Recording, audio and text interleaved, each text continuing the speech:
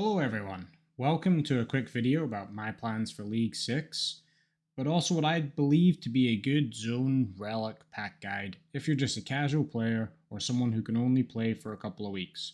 It's also a fairly relaxed build, allowing players who are new to Old School or having trouble with some of the endgame activities to learn the mechanics of some of the harder PvM content. So if you're just looking to get into PvM quickly or learn some of the harder raids or bosses, this guide is for you. First, let's get into some disclaimers. Disclaimer 1. Relics are picked with specific regions in mind. Kandarin, Taranwin, and Mauritania. These regions have been selected for quick skill gains in the instance of Kandarin and good, harder PvM content such as the Corrupted Gauntlet and Theatre of Blood. Not to mention, we start with Varlamore, which has access to the Colosseum, as well as the Inferno in Karamja. Disclaimer 2. This guide will not be for anyone looking to rush Dragon Rank or Point Cap. It's purely for those with limited time or those wanting to try and learn some harder content. I am but a mere human, therefore mistakes may have been made in this build. Feel free to post any glaring issues in the comments, and I'll get them pinned for others to see. Now let's get into the relics. Our tier 1 pick will be Abundance.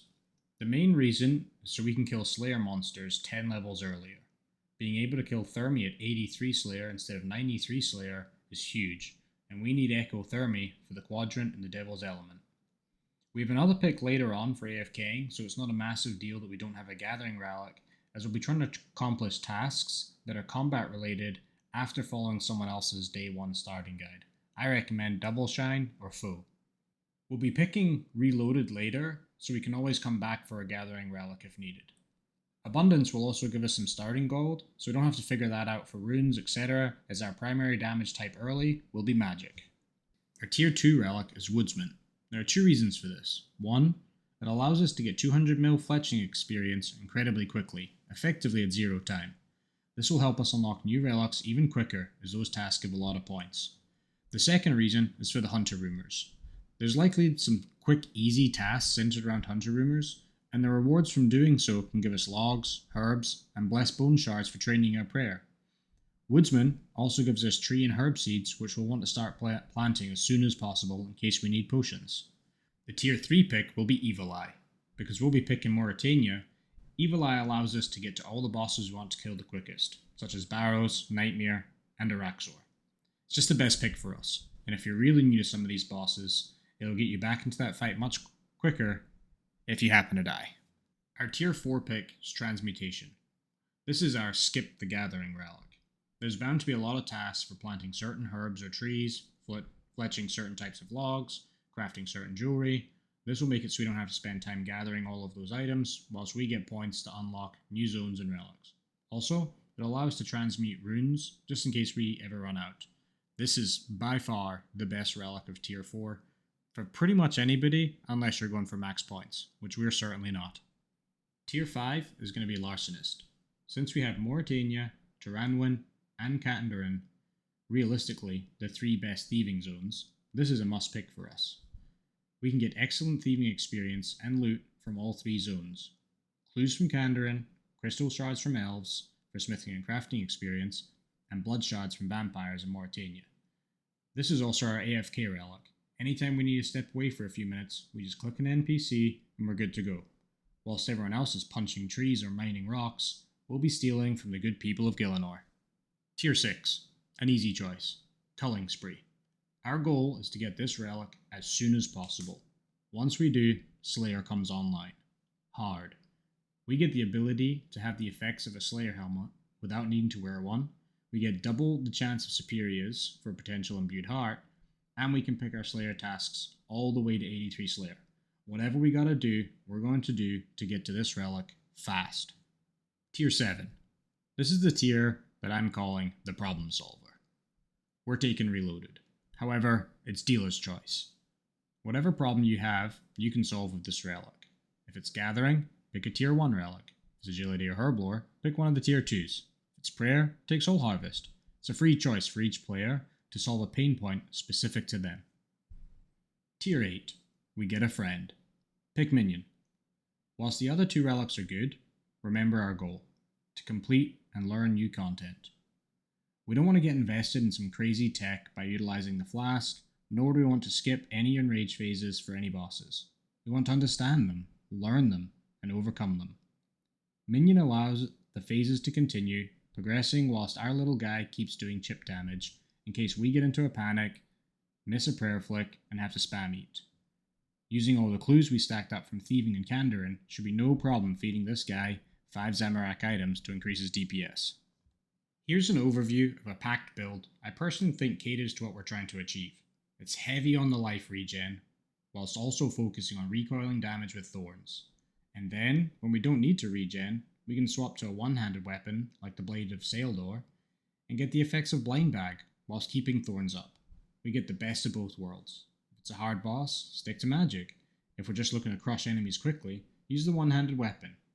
For resets, I'd recommend sticking with magic, investing in prayer penetration for the echo bosses in Hunlith, then, once you have full crystal armor and the blade, reset and start working towards this, focusing magic regen, then thorns, then blind bag.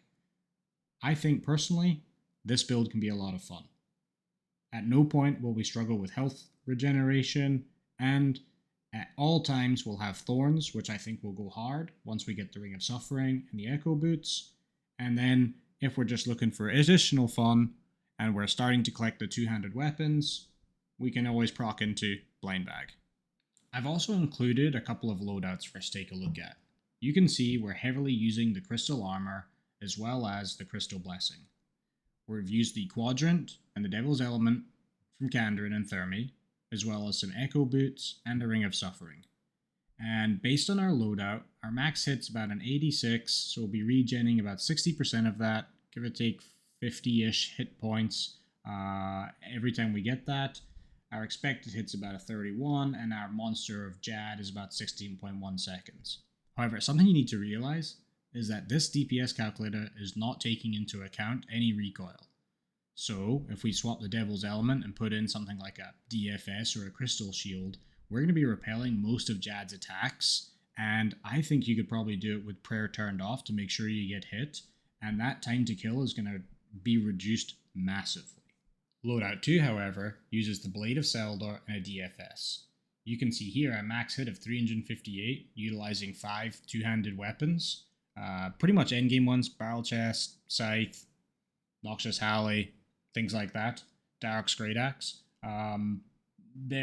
We're doing a lot of damage, right? Our time to kill is a lot less, but again, recoil damage is still not taken into account considering this build. We're going to be doing a lot of damage. However, we do have a reduction in health regeneration, but we just swap back to water spells and we can start healing again.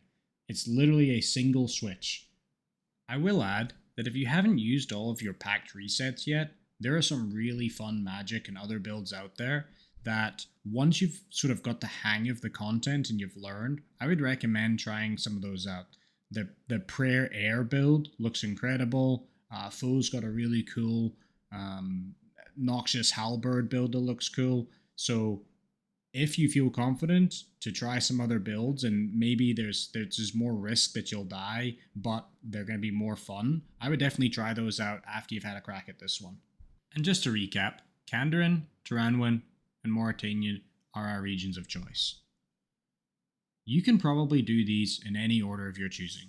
I'm thinking of going Mauritania first, just to get some early barrows done with the water staff will be pretty cool. And if we can pick up some arms pieces, that'll be a nice, easy magic build, rather than having to, wait all the way until we get to Turanwin and able to kill Corrupted Gauntlet. Our relics of choice: Abundance, Woodsman, Evil Eye, Transmutation, Larcenist, Culling Spree, Reloaded, Minion. Our packs: we're going to start with Water Magic and Prayer Penetration. Then we're going to reset into Water Magic, Thorns, One-Handed Blind Bag.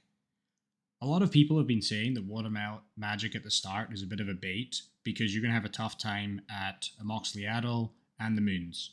To be honest, they're not wrong. However, we have no need to do any of those bosses early because they only drop melee weapons.